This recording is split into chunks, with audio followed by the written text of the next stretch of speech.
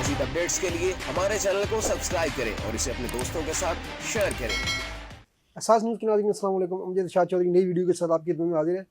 नाज़रीन, खुशखबरी आ गई है, बाहर जाने वालों को FIA एयरपोर्टों पर नहीं रोकेगी। तो ये है ख़बर और इस पर हम बात करेंगे। नाज़रीन, आपको पता है कि इस वक्त पाकिस्तान में माशी हालात इतने ख़राब हैं, रोज़ कोई ना कोई फैक्ट्री बंद हो रही है, मल्टीनेशनल कंपनियाँ भाग रही हैं। तो मुल्क में तो रोज़गार के जिनका रोज़गार था वो भी लाखों की तादाद में बेरोज़गार हो चुके हैं। ज़राअत का भी कोई हालत आपको पता है पतली है।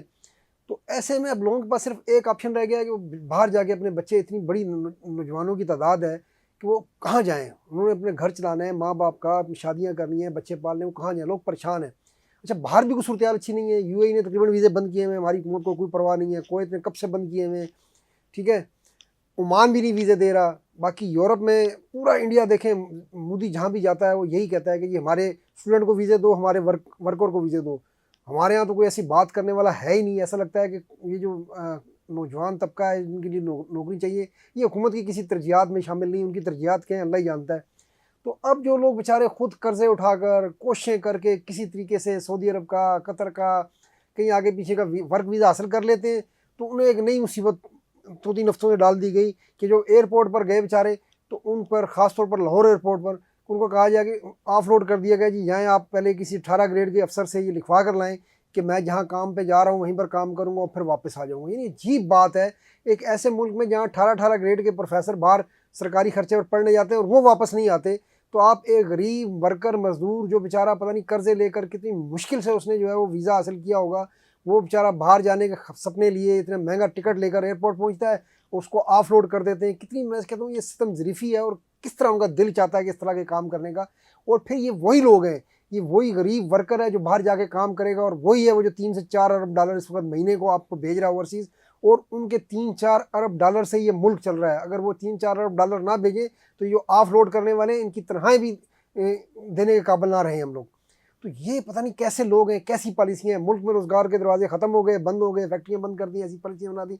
अब बाहर कोई नया आप ऑप्शन खोल के नहीं दे रहे। खुद लोग जो बेचारे कंपनियां या लोग ज़ाती तौर पर कोशिश करके वीज़ा लेते हैं, तो उनको आप जो है वो इस तरह ऑफलोड कर रहे हैं और उनके लिए मज़ीद मुसीबतें, परेशानियां खड़ी कर रहे हैं। एक टिकट ज़ाया होने का मतलब है कई लोगों के पास दूसरे टिकट के पैसे नहीं होंगे, पहले वो जिनसे उधार लेना है वो ले चुके होंगे, पहले उन्होंने कोई ज़मीन का टुकड़ा बेच दिया होगा, कोई भैंस बेच दी, कोई गाय बेच दी होगी।